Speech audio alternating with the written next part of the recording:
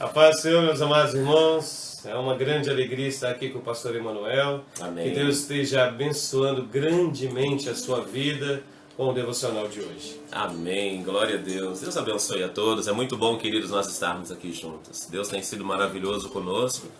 E a nossa retribuição é cantar louvores, adorar o nosso Deus, aprender da palavra e cultuar. Quanto mais cultuamos, melhor fica, né? Mais a gente aprende. E o intuito do nosso devocional é isso, dar manutenção na nossa fé, no nosso dia a dia, para que a gente cresça. Amém? Queridos, nós queremos ler uns textos da palavra do Senhor, na verdade um versículo que fala muito a respeito da Santa Ceia. E esse texto de uma forma especial, porque o apóstolo Paulo, ao deixar escrito para nós, ele demonstrou o quão poderoso era o ministério dele dado pelo próprio Senhor Jesus Cristo. Está no livro de 1 Coríntios, capítulo 11, e o versículo de número 23, que diz assim: Pois eu recebi do Senhor o que também vos ensinei, que o Senhor Jesus, na noite em que foi traído, tomou o pão. Né? Nós vamos nos ater aqui, queridos, à revelação que o apóstolo Paulo teve do Senhor Jesus Cristo. Queridos, ele diz assim: eu recebi do Senhor Jesus. Quando o Senhor Jesus Cristo morreu e ressuscitou e subiu para a glória, o apóstolo Paulo ainda não tinha sido tocado, né? Depois teve a circunstância, o momento em que o Senhor Jesus aparece para ele numa visão, num clarão, derruba ele do cavalo, né? Acredito que foi daí que nasceu o termo caiu do cavalo. Talvez seja. E ele ouviu a voz do Senhor e já obedeceu de imediato. No entanto, que ele já levantou, né, daquela experiência, já chamando ele de Senhor. Senhor, o que queres que eu faça? Ele falou assim: meu Senhor. Então o Senhor já deu instrução e Paulo obedeceu. E aqui Paulo está dizendo: eu recebi do Senhor, através da revelação sobrenatural de Deus, o que era de importante. O Senhor Jesus Cristo instituiu a ceia. E para Jesus a ceia era tão importante que para o cara que ele escolheu para levar a palavra para os judeus, para os gentios, né? E que seria espalhado por toda a humanidade, porque se nós temos hoje, quantas epístolas de Paulo nós temos? 13? São 13. 13 epístolas de Paulo, queridos. O Jesus sabia, na verdade está tudo no controle de Deus. A Bíblia, ela é a palavra de Deus e nós temos aqui hoje o que Deus queria que nós tivéssemos. Não temos nenhum livro a mais, nenhum a menos. Tudo isso aqui foi ordem do Senhor. Ele não é vítima, né? Ele não é vítima de um concílio, de uma circunstância ou de homens que tentaram mudar. Quem tentou mudar, deu com os burros na água. Exatamente. Então nós temos aqui hoje o que o Senhor queria. E olha que interessante, pastor Claudinei, nós temos 13 epístolas de Paulo, o cara que mais escreveu no Novo Testamento. E Jesus, sabendo disso, falou diretamente para ele: olha, façam isso. Algo interessante, pastor, se o senhor me permite, Com certeza. é que, queridos irmãos, o apóstolo Paulo, eu posso dizer, o pastor Emanuel, que nós aprendemos de homens que foram usados por Deus, e nossa escola, todos sabem que a escola de Paulo foi Gamaliel, da nossa foi José Bernardino de Oliveira, pastor Zeca, e eu louvo a Deus por isso. Mas o texto, a vida de Paulo, quando nós estudamos, ele vai dizer: eu não aprendi de homem algum, não foi dos discípulos que eu aprendi isso, eu aprendi do próprio Senhor Jesus. Amém. E o texto que foi iniciado é exatamente: eu recebi do Senhor. Ele não recebeu uma autoridade, não recebeu um ensinamento de homens, mas ele recebeu do próprio Cristo. Eu recebi do Senhor o que também os ensinei. E tinha homens sábios o suficiente, capacitados para poder ensiná-lo. Com certeza, teriam sim, É. teve. Só que, porém, a revelação de Paulo foi algo mais, foi de um momento dele em particularidade com Deus. Exato. Um momento dele de intimidade com Deus. Aí ele recebe as instruções pelo próprio Cristo, né? Exato. Por isso que, pastor Emanuel, por isso que hoje nós dizemos que ele é um apóstolo, porque ele teve contato com Cristo pessoalmente. Exato, exato. E ao analisar tudo isso e vendo a importância desse ministério de Paulo, queridos, ele repete aquilo que o Senhor Jesus Cristo ensinou lá no livro de João, Mateus, Marcos, Lucas, mas especialmente de uma forma mais particular que João escreveu, né, que ele estava do lado de Jesus.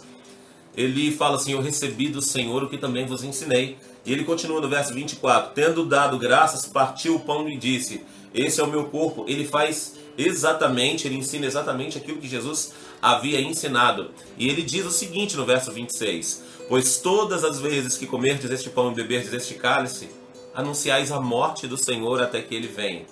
Eu e você anunciamos na pregação do Evangelho para as pessoas, nós anunciamos pelo nosso testemunho, e quando nós ceiamos de todo o nosso coração, quando nós discernimos o corpo do Senhor e estamos em verdade, nós também anunciamos não somente a pessoas, nós anunciamos a principados e potestades que nós servimos a esse Jesus e que estamos esperando a volta dele. Então os demônios, a Bíblia diz que nós estamos, o diabo, ele está ao nosso derredor, rugindo como um leão, e os anjos do Senhor acampam-se ao nosso redor. Então todo principado e potestade, seja de Deus ou seja do demônio, seja do diabo, seja das trevas, eles sabem dos nossos cultos espirituais. Eu vejo o que o pastor está falando, é exatamente, irmãos. Eu digo que a fé que Jesus nos procura em nós é uma fé declarativa. Você tem que declarar, você tem que viver isso. E quando você prega, quando você anuncia, você está não só pregando para os homens, mas também para todos, de um modo geral. E isso é tremendo, é uma fé que declara, pastor. Exato. E nós podemos entrar nessa questão da declaração até quando alguém aceita Jesus. Sim, tem que ser uma fé declarativa. Isso é tremendo. Porque nós temos que confessar com os nossos lábios aquilo que já foi confesso no nosso coração. O convencimento feito no coração tem que ser falado nos lábios. O fruto dos lábios de um coração arrependido e contrito. Queridos, é importante demais quando eu e você damos glórias a Deus, não somente com aquilo que nós falamos, mas com a nossa forma de viver. A nossa forma de viver, o nosso exemplo, ele é importantíssimo, ele arrasta, como costuma se dizer, né? O exemplo, ele arrasta. Mas nós precisamos confessar com a nossa boca o nosso estilo de vida. Precisa sair do nosso coração a nossa verdade. Por isso adoramos, por isso cantamos louvores, por isso oramos em alta voz, ainda sabendo que muitas orações são feitas também no silêncio. Nós podemos olhar Jesus no Getsemane e alguém escreveu as orações que Jesus estava fazendo. Ao sair da presença dos discípulos, Jesus foi até um canto orar e clamar ao Pai e chorar. E os textos bíblicos dizem que Jesus declarava tal e tal coisa, a ponto de falar assim, olha, Pai, se for possível, passa de mim esse cálice. Alguém ouviu, alguém escreveu, né? Essa declaração de Jesus, quando dizia para alguém que era curado de uma enfermidade, ele diz, vai porque a tua fé te salvou através de uma atitude, através de uma palavra. E Jesus ainda provoca as pessoas, virando para um doente, falando assim, o que você quer que eu te faça? Tão tremendo isso. É porque o apóstolo Paulo aqui, Manuel, ele está ensinando exatamente aquilo que ele aprendeu de Cristo. Um dos maiores problemas que nós vejamos também hoje é que muitos não têm ensinado o que realmente está aqui, o que está escrito nas Escrituras. Porque quando nós ensinamos aquilo que está escrito, realmente o que é, nós temos que ter, como a gente já está falando, uma fé declarativa. Por que uma fé declarativa? Uma fé... Quando aquela mulher do fluxo de sangue foi curada, pastor, ela conseguiu ficar calada? Impossível. É impossível ficar calado quando a conversão, quando a bênção, quando algo já aconteceu lá dentro de nós. A boca não consegue. Nós temos que falar. E Paulo está aqui dizendo, instruindo a igreja sobre a questão da ceia, instruindo a igreja a respeito daquilo que ele tinha aprendido do Senhor Jesus e transmitindo aquilo que ele aprendeu aos cristãos em Coríntios que estavam, talvez não, a Bíblia declara que eles não estavam sendo organizados na ceia do Senhor. Né? Queridos, para nós finalizarmos, há um versículo que diz que quando Jesus voltar, todo joelho se dobrará e toda língua confessará que Jesus Cristo é o Senhor. Que Jesus Cristo é o Senhor. Eu e você dobramos os joelhos porque nós queremos. O mundo inteiro vai dobrar o joelho à força. Querendo ou não querendo. Querendo ou não querendo. Nós confessamos e adoramos ao Senhor porque nós temos prazer nisso. Todo mundo vai reconhecer quem é Deus mesmo não querendo. Então, um conselho muito sábio.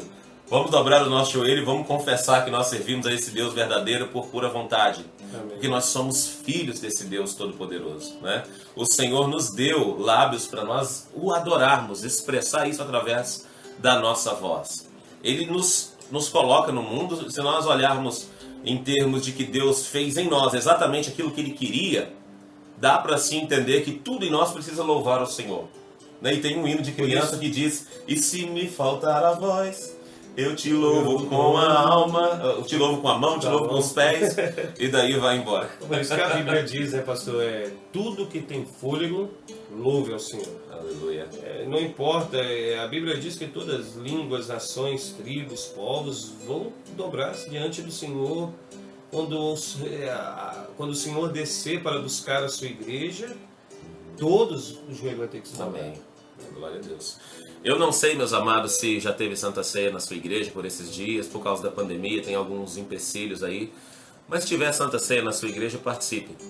Mas como Paulo ensinou, há muitos doentes e há muitos fracos e alguns que dormem ou morrem no Senhor porque não discernem o corpo do Senhor. Entenda a importância desse ato e não deixe de tomar a ceia. Talvez alguém pense assim, eu tenho algum problema.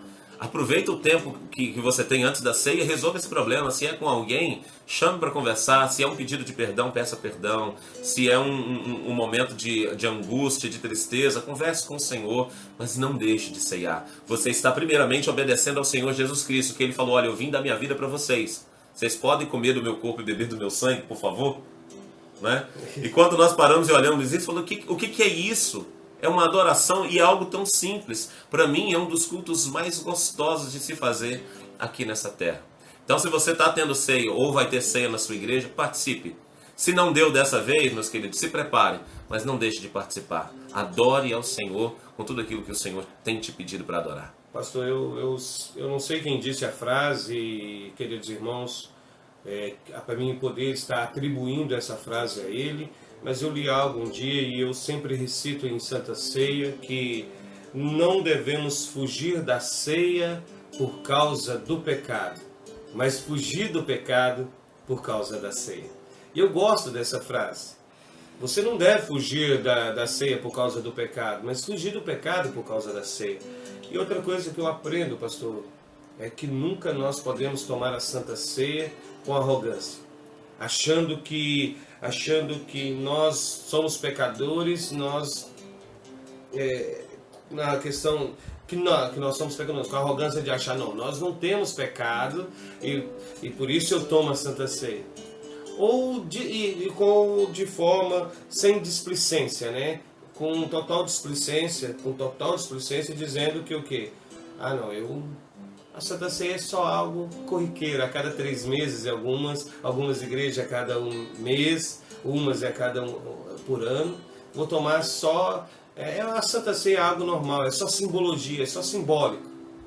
Ou simplesmente pela ignorância. Não, eu não vou tomar Santa Ceia porque eu estou em pecado. Deixa eu te dizer, o Senhor Jesus, Ele é aquele que nos liberta. Foge do pecado. Foge do pecado para tomar a ceia do Senhor. Porque a ceia do Senhor não é algo que vai... Não é um bicho-papão. É algo que te leva para perto de Deus. A Santa Ceia é algo... eu sempre gosto de dizer isso na igreja, que é um renovar de aliança.